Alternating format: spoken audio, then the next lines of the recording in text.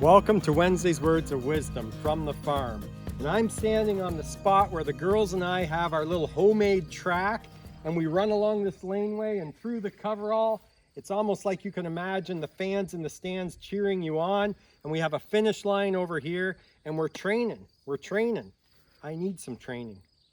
I can't help but think about the Olympics that are going on right now, watching the 100-meter dash, watching all these races, cheering on our country. I'm actually cheering for another guy from Brazil, and his little side story was he was burnt as a little boy in a cooking accident, and he still got severe burns, and I'm rooting for this fella from Brazil to win it all in his race. You know, I ran into someone a little while ago, and back in the day I used to be a sprinter, and we used to race at the Brigden Fair. And that track where they used to have the stunt drivers and the dirt bike jumps and the Jack Russell races and the calf scramble, that track right there we used to race on. And I'll never forget the 100 meters. And this person was one of the people that I had to run against. And he actually came up to me and he kind of, "Hey Tim, you were so funny to watch. It looked like you were kicking yourself in the butt when you were running."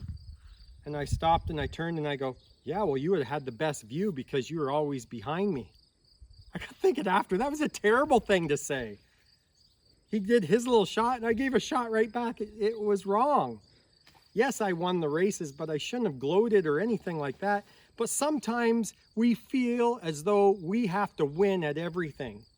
We have to win at life. We have to have the biggest house or the most expensive vehicle or the nicest cottage or trailer. It feels like we're in a compete at all times. And sometimes we get into this trend, and it's a trap, really. I want to read for you here, and it's in Hebrews. And it says in Hebrews 12:1, "Therefore, since we are surrounded by a great cloud of witnesses," more witnesses than they have in the stadiums in Japan, "let us throw off everything that hinders us and every sin that so easily entangles us, and let us run with perseverance the race marked out before us." You know, we think of what is hindering us to run a good race, this human race that we are running. What is hindering us? And I think one of the greatest things is pride, trying to be better or trying to win at everything. And really, it obstructs our view of the real race that we're running. I want to tell you a little story. It was 1976 and it was the Special Olympics, and the runners, 9 of them lined up, and this is in Seattle, Washington, and they lined up on the line and the gun went off, and immediately they started out of the blocks, and one little boy took a fall and a stumble, and it says he started to cry. And of the rest of those other 8 runners, 2 of them heard the cry and stopped in their tracks, and they turned and they reached down and they picked up that little boy, and they locked arms and they crossed the finish line together, seemingly disqualified from the race because the other runners continued to run. The other 7 continued to run to win that race.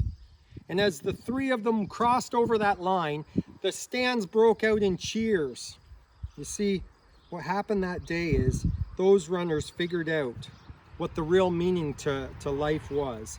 It wasn't to win that race, it was to help out and to be something for those around us.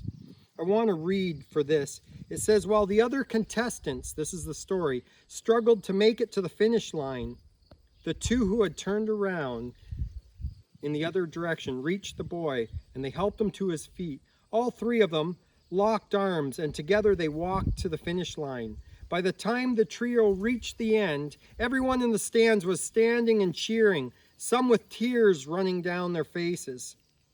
Even though by turning back and helping the boy who fell, they lost their own chance to win the race, they all had smiles on their faces because they knew they had done the right thing." You see, this race that we're in right now, helping others and reaching out, it isn't to be the best of the best. It's to be there for one another and to shine forth God's true love. And it's doing the right thing. And that's been Wednesday's Words of Wisdom from the farm. Take care.